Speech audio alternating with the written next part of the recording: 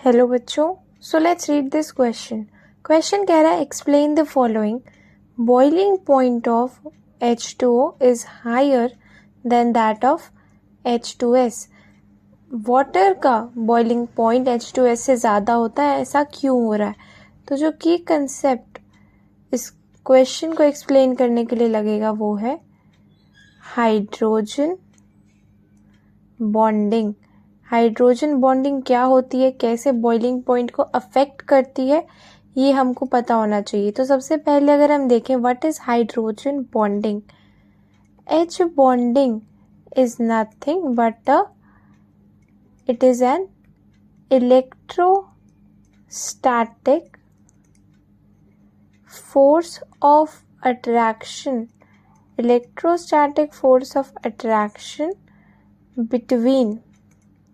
between hydrogen atom and more electronegative atom like oxygen, nitrogen या फिर fluorine. जब hydrogen और ऑक्सीजन, नाइट्रोजन या फिर फ्लोरीन के बीच में इलेक्ट्रोस्टैटिक अट्रैक्शंस होती हैं तो ऐसे बॉन्डिंग को बोला जाता है हाइड्रोजन बॉन्डिंग। अब हाइड्रोजन बॉन्डिंग बॉइलिंग पॉइंट को किस तरीके से अफेक्ट करती है, तो हम कहते हैं कि बॉइलिंग पॉइंट जो है it is directly proportional to hydrogen bonding. यानी जितनी ज़्यादा बॉन्डिंग होगी उसका मतलब है कि उतने ज़्यादा अट्रैक्शंस हैं मॉलिक्यूल्स के बीच में। मॉलिक्यूल्स के बीच में जब अट्रैक्शंस बढ़ेंगी उसका मतलब होता है कि बॉइलिंग पॉइंट भी अब बढ़ने लग जाएगा। यानी उस स्पीशी को बॉईल करने के लिए ज़्यादा टेम्परेचर की नीड होगी क्योंकि उसके बीच में मॉलिक्यूल्स के बीच में ज़्यादा अट्रैक्शंस है। तो हमें सिंपली क्या करना है, H2O और H2S के बीच में बॉन्डिंग चेक करनी है। जिसमें ज़्यादा बॉन्डिंग होगी उसमें ज़्यादा बॉइलिंग पॉइंट आएगा। तो अगर हम देखें वाटर का केस, वाटर में क्या है, H2O मॉलिक्यूल्स कुछ इस तरीके से अरेंज्ड है और ऑक्सीजन के पास 2 लोन पेयर्स भी हैं। अब अभी हमने पढ़ा था कि ऑक्सीजन और हाइड्रोजन के बीच में अट्रैक्शंस को बोला जाता है H बॉन्डिंग। तो यहाँ पे कुछ इस तरीके से हर ऑक्सीजन 2 हाइड्रोजन के साथ H बॉन्डिंग में बिजी है। यानी वाटर में क्या है, इंटरमॉलिक्यूलर H बॉन्डिंग प्रेजेंट है कुछ इस तरीके से जो हमने दिखाया अभी।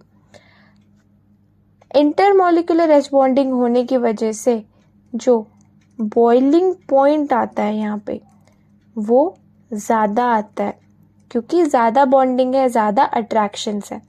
अब अगर हम बात करें नेक्स्ट H2S की, तो H2S में सल्फर है, 2 हाइड्रोजन है और सल्फर के पास भी 2 लोन पेयर्स है। यानी यहाँ पे भी अगर हम बनाएं तो कुछ इस तरीके से मॉलिक्यूल्स प्रेजेंट है। अब इलेक्ट्रोनेगेटिविटी डिफरेंस की वजह से हाइड्रोजन पे डेल्टा पॉजिटिव और सल्फर पे डेल्टा नेगेटिव चार्जेस इंड्यूस्ड है कुछ इस तरीके से।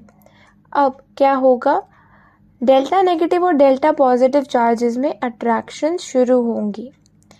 ये मतलब यहाँ पे भी अट्रैक्शंस तो हैं लेकिन उतनी स्ट्रॉन्ग नहीं है। यहाँ जो अट्रैक्शंस है उन्हें बोला जाता है डाइपोल इंटरैक्शंस। यहाँ H बॉन्डिंग प्रेजेंट नहीं है H2S के केस में बिकॉज हाइड्रोजन बॉन्डिंग सिर्फ ऑक्सीजन, नाइट्रोजन और फ्लोरीन के साथ होती है। क्योंकि बिकॉज H बॉन्डिंग में ज़्यादा फोर्स ऑफ अट्रैक्शन होता है देन डाइपोल। इसकी वजह से क्या होगा, जो बॉइलिंग पॉइंट आता है वो वाटर में ज़्यादा होता है देन H2S। यानी हम H बॉन्डिंग के बेसिस पे बॉइलिंग पॉइंट का ऑर्डर एक्सप्लेन करते हैं। आई होप सबको ये एक्सप्लेनेशन समझ में आ गया होगा। Thank you very much and all the best.